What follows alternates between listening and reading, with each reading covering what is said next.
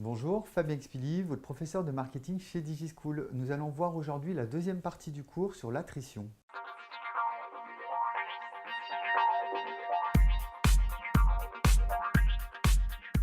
Donc comme nous avons pu le voir sur une première vidéo, l'attrition va permettre de calculer le taux de déperdition que l'on va avoir d'une clientèle en général sur un secteur donné.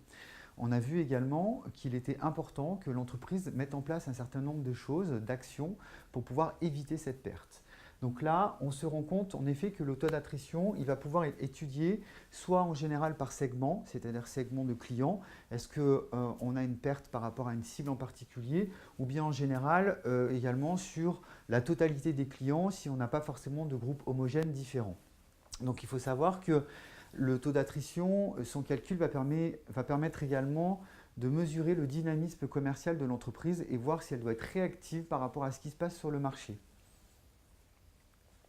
Donc, elle peut être totale ou partielle, du coup, cette notion de déperdition. Donc, c'est-à-dire que si elle est totale, on va faire attention si on a une déperdition par rapport à l'ensemble de la gamme qui est proposée, ou bien si c'est simplement sur un type de produit en particulier. Donc, c'est le cas en général lorsque le client abandonne un produit au profit d'une autre offre qui est commercialisée par la même entreprise ou par le même fournisseur. C'est ce qu'on va appeler l'effet de cannibalisation. C'est-à-dire que lorsque l'on va proposer une offre, on va faire attention à proposer des offres différentes pour éviter que la nouvelle offre mange les parts de marché de l'offre ancienne.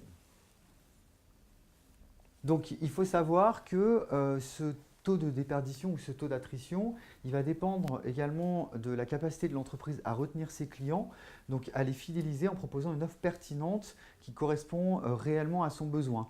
Donc c'est-à-dire que vous allez devoir faire attention à ce niveau-là, à proposer des offres qui soient en lien avec le marché et qui comprend du coup les évolutions technologiques. Donc par exemple, si nous sommes sur le secteur de l'éducation, nous allons faire attention du coup à proposer des offres qui sont en lien sur le marché, donc par exemple des vidéos pour des étudiants qui ont besoin de réviser plutôt qu'avoir un cours papier, par exemple. Donc le mode attrition, c'est aussi un modèle d'analyse marketing qui va calculer la probabilité du client à cesser d'acheter ou d'utiliser le service ou le produit que l'on va proposer.